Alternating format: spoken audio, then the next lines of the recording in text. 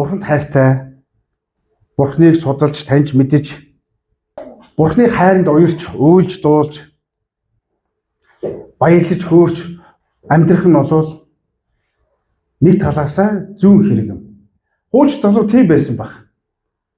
Гэхдээ бид нар жинхэнэ Бурхны хайрыг мэдрээ гэвэл хөршөө хайрлах хэрэгтэй юм.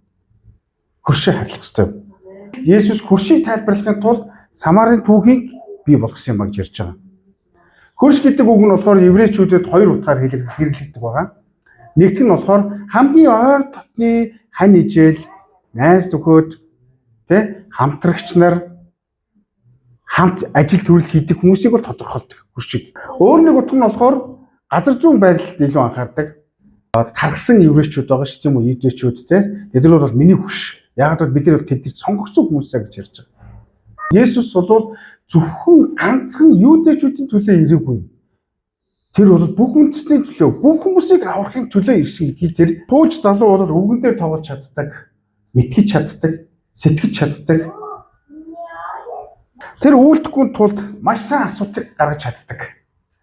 Тэр хийхгүй тулд, хэрэгжүүлэхгүй тулд тэр хөрш гэдэг үгийг ойлгохыг хүссээгүй эсвэл ойлгож байгаа мөртлөө түүнийг хийхгүй тулд маш сайн гаргалгаа гаргаж чаддаг. Тийм учраас маш итгэлтэйгээр Есүстэй уулзсан байна. Сорин гэж ярьж ш тийм үү? Миний туслах хүн бүх хүн болоод миний хөрш гэж ярьж байгаа. Миний Бурханд хайртай юу? Бид нар Есүст хайртай. Бурханд хайртай. Амен. Бид нар түүнийг магтаж хүндэлдэг.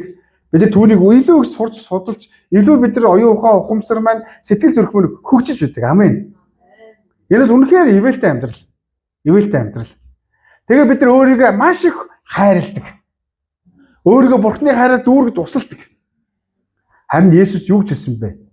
Өөрийнхөөдөө л хөршөө хайрлаарай гэж хэлсэн байна.